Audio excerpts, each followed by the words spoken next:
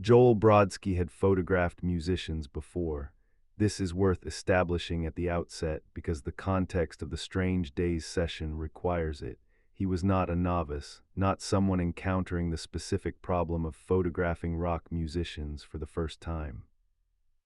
He had been working in music photography long enough to understand the standard dynamic, the performer who knew their best angles, the band that arrived with a clear idea of what they wanted the album cover to look like, the management that had opinions about lighting and backdrop, and the particular shade of celebrity the image was supposed to convey. He had navigated these dynamics many times. He was good at what he did. He was good precisely because he understood the gap between what musicians thought they wanted from photographs and what photographs could actually give them, and because he had learned to work in that gap without either surrendering to the subject's wishes entirely or imposing his own vision so completely that the subject disappeared. He had photographed Jim Morrison before. The sessions for the first Doors album in 1967 had produced some of the most recognizable images of Morrison that would ever be taken. The photographs that would circulate through the culture independently of Jim Morrison's continued existence. The photographs that would appear on posters and magazine covers, and in the visual shorthand for what Jim Morrison looked like that the mythology would eventually ossify into. Joel Brodsky had made those images. He knew what Jim Morrison looked like through a lens. He thought he knew what the Strange Days session was going to be. He was wrong, or not wrong exactly. The session produced extraordinary images, but he was surprised, and the surprise began before a single frame was shot, in the conversation that happened when he asked Jim Morrison the question he asked everyone he photographed: "How do you want to look?" Jim Morrison did not answer immediately. This was not unusual. The question sometimes required thought, and the thought was often more productive than the immediate answer. Brodsky waited. The studio around them was set up for the session, the lights, the equipment, the assistant making final adjustments to the backdrop. The band was present, or some of them were, in the various states of pre-shoot waiting that band sessions produced. Jim Morrison was sitting in a chair slightly apart from the others, in the way he was always slightly apart from groups, and he was looking at something that was not in the studio. Then he looked at Joel Brodsky and said, "I want to look like someone who has been somewhere you haven't been and has come back to tell you about it. Not like someone who is performing something for you." Brodsky later described this moment as the most useful single instruction he had ever received from a subject. Not because it told him what to do technically. The technical decisions about lighting and angle and focal length and the relationship between the camera and the subject were still entirely his to make. But because it clarified the fundamental problem of photographing Jim Morrison, which was the problem that Brodsky had been working around since the first album sessions without quite being able to name it. The problem was this: Jim Morrison was aware of the camera in a way that most people were not, and the awareness was not a productive awareness. It was not the awareness of someone who understood their own visual presence and could use the camera to amplify it. It was the awareness of someone who was conscious of being observed and who responded to that consciousness by producing a version of themselves that the observation seemed to require, a more performed version, a version that had made certain decisions about what it needed to look like for the person behind the lens. The camera brought out the Lizard King in Jim Morrison, or rather it brought out the Jim Morrison who knew he was the Lizard King, who had understood that the world expected him to be a certain thing in photographs and who, despite himself, tended to provide it. But to understand what Jim Morrison's instruction meant, what he was asking Joel Brodsky to help him avoid, you have to understand what the year between the first album and the Strange Days session had produced in Jim Morrison's relationship to his own image. The first Doors album had been released in January 1967. By the time the Strange Days sessions were taking place in the summer of that year, Jim Morrison had been photographed more times than he could count, in contexts ranging from professional album shoots to concert photography to the magazine profiles that were accumulating with the particular velocity of celebrity in its most rapid phase. He had been photographed by people who wanted the leather and the dark hair and the stage presence, wanted the image that the audiences and the magazines had decided was what Jim Morrison looked like, and that Jim Morrison could provide on command because it was based on something real, on genuine aspects of who he was and what he did on a stage. even if the provision of it on command for cameras involved a degree of performance that the genuine thing did not. He had been photographed often enough to understand, precisely and uncomfortably, the difference between being photographed and being seen. Being photographed was the production of an image, the arrangement of the subject in relation to the camera in such a way that the resulting image communicated certain things to the people who would receive it. Being seen was something different, the condition of being perceived by another person as you actually were rather than as you were presenting yourself to be. The camera almost never saw, it almost always photographed, and the photograph was almost always the record of a performance rather than the record of a person. Jim Morrison had spent the previous 6 months watching his image travel through the culture independently of himself, accumulating associations and meanings and the particular momentum. Famous face, and he had understood something about this traveling image that troubled him. It was more performative than the person it was supposed to represent. It looked like the Lizard King because that was what cameras produced when they pointed at him, and he was aware of them pointing.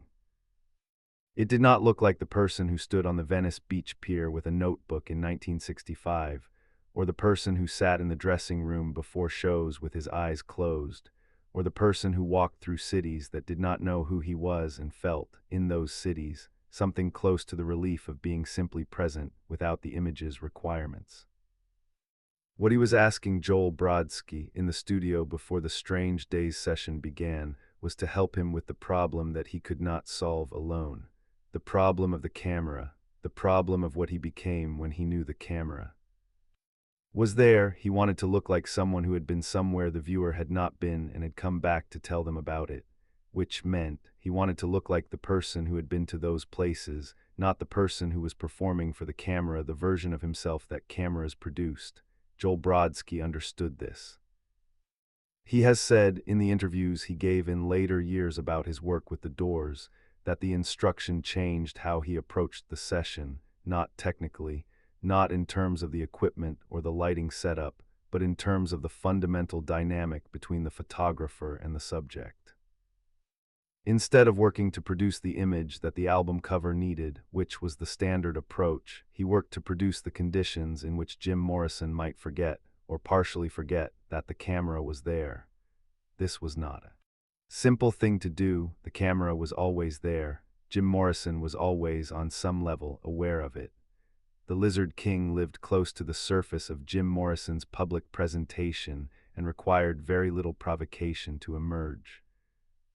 But Brodsky found ways to work at the edges of Jim's attention, to engage him in conversations that pulled his focus away from the lens, to time the shots for the moments between the moments, the instants when the posture relaxed or the attention shifted or the performed quality of the expression gave way briefly to something less managed. The images that resulted from the Strange Days session are among the most recognized photographs of Jim Morrison that exist. They show a 23-year-old who looks like someone who has been somewhere you haven't been and has come back to tell you about it, which was precisely what Jim Morrison had asked for. They are less theatrical than the first album photographs, more interior, more oriented toward the person than toward the persona. They show the face behind the face, not fully. The performance was never entirely absent, but partially, in the flashes that the session produced when Brodsky's approach worked, and the camera caught something that was less than performance and more than representation. Ray Manzarek saw the images before they were used for the album. He said later that the Strange Days photographs were the closest any photographer had come, in his assessment, to the Jim Morrison that he knew from the Venice apartment and the early rehearsals, the person who was pressing language against questions rather than the person who had been cast as a rock and roll symbol. Not identical to that person, the camera always produced a version rather than the original, but closer, more honest about the distance between the version and the original. John Densmore understood the instruction Jim had given Brodsky when he heard about it in the terms of what he observed from behind the drums, the difference between the nights when Jim was performing the show and the nights when Jim was inside the show, when the distance between the performer and the material collapsed and what came through was not the Lizard King presenting himself but the person receiving the material. The Strange Days photographs had caught something of that second condition, which was rare in photographs of Jim Morrison, Most photographs caught only the first. Robbie Krieger looked at the Strange Days images and understood them as what they were, the best available approximation of the person behind the performing apparatus.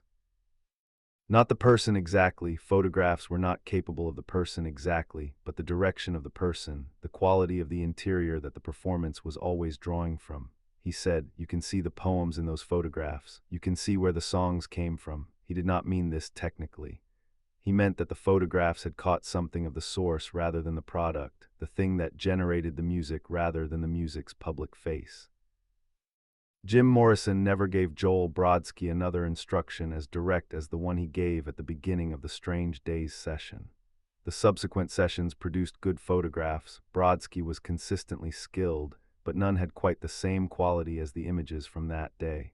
Whether this was because the instruction was not repeated, or because Jim Morrison's relationship to the camera became more rather than less managed as the fame intensified, or because the Strange Days session caught a specific moment in Jim Morrison's relationship to his own image that was not reproducible on other days, all of these explanations are plausible.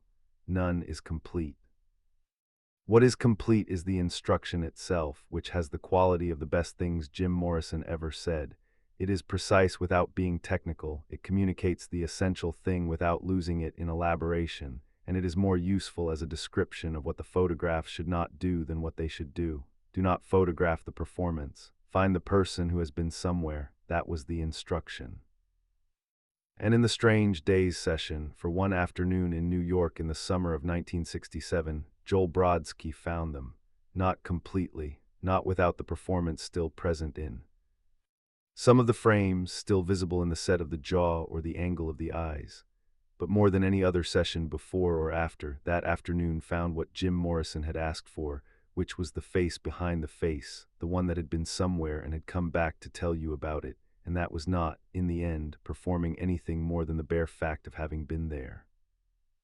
What Joel Brodsky understood about Jim Morrison's instruction, what separated it from the requests he received from other musicians, which were almost always about the surface, show me looking dangerous, show me looking mysterious, show me looking like what people already think I look like, was that Jim Morrison was asking for something that photography could only approach obliquely. The person who has been somewhere you haven't been and has come back to tell you about it was not a visual category, it was an experiential category, a description of what someone was doing in their relationship to reality rather than a description of what they looked like. You could not arrange the lights to produce that quality. You could not tell a subject to give you that expression. You could only create conditions in which the quality might emerge and then watch for it and catch it when it came. This is the fundamental difficulty of portrait photography. The camera produces surfaces, and the things that matter most about a person are not on the surface.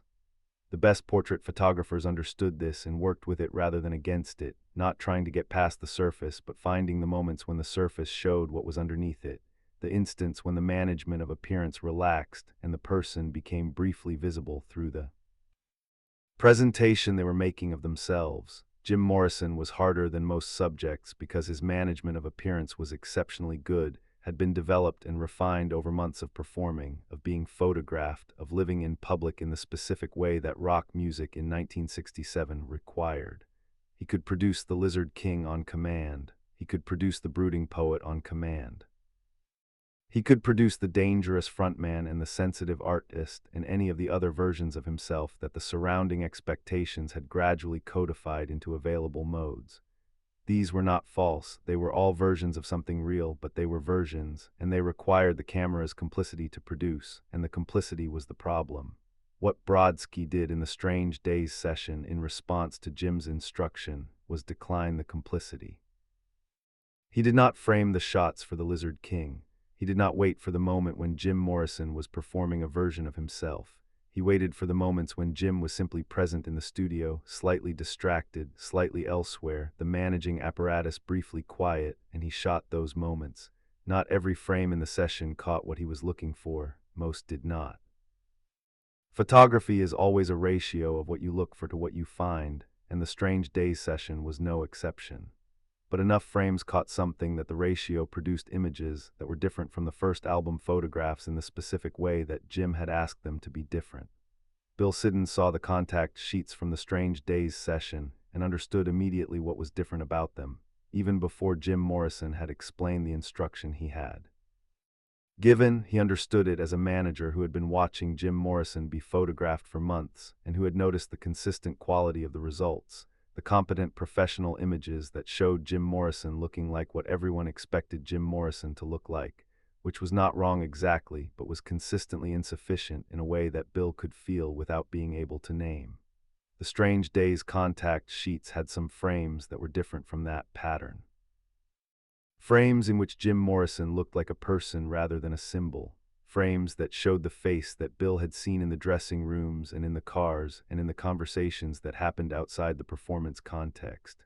He chose several of these for the album packaging, in consultation with the band and the label. The ones that were chosen were not the most dramatic frames, not the ones that would have been the most immediately striking as promotional images, the most legible as album covers in the commercial sense.